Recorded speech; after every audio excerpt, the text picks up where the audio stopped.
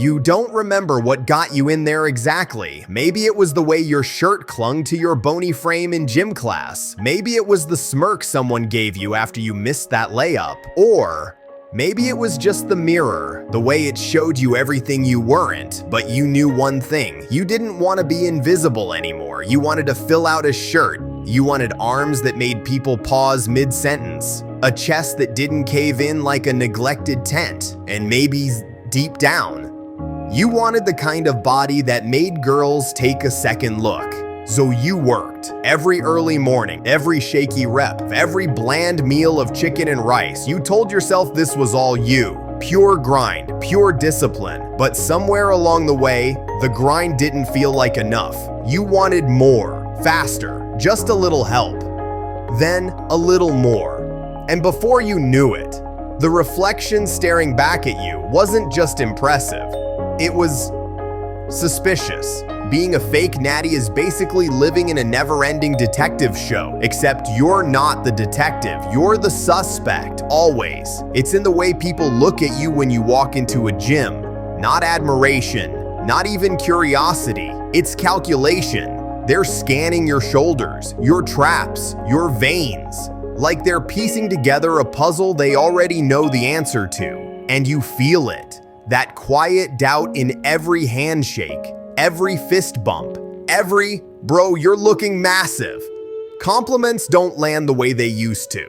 Now they're double-edged. Every, what's your secret, sounds less like curiosity and more like an accusation. Online? Oh, it's worse. Every picture you post becomes a debate thread. Strangers zoom in, analyze lighting to compare timelines. They don't see the hours you've put in. They see the shortcut they think you took. And even when you tell yourself you don't care, the comments stick. They pile up in the back of your mind until you start to wonder if they're right. You start adjusting your story, cutting your year's training number in half so it sounds more believable, downplaying your lifts so they don't raise eyebrows. You live in a constant state of managing suspicion. And no matter how convincing you are, you can't shake the feeling that they already know. You tell yourself you've got it under control. You're smart about it. You monitor your doses. You take your liver support. You even get blood work done every now and then. But here's the thing.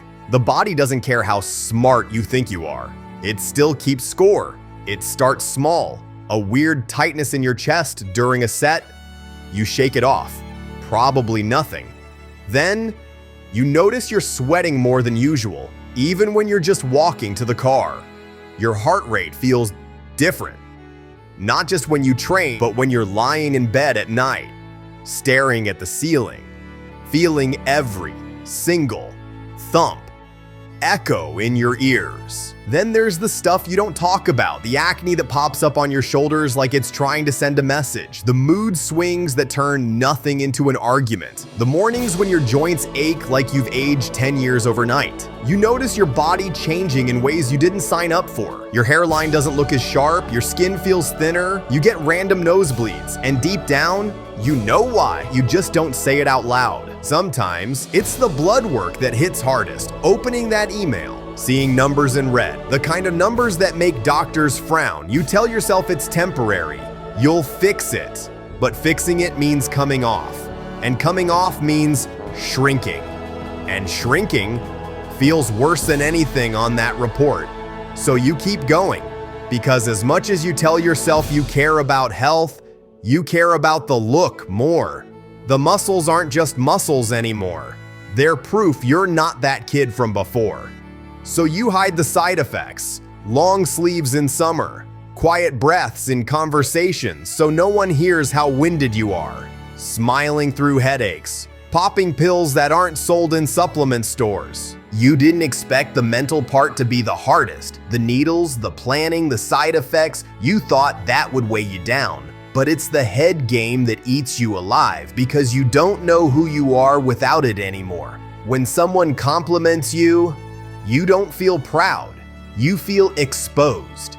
Every set of eyes on you feels like they're peeling you apart. You start living in two versions of reality.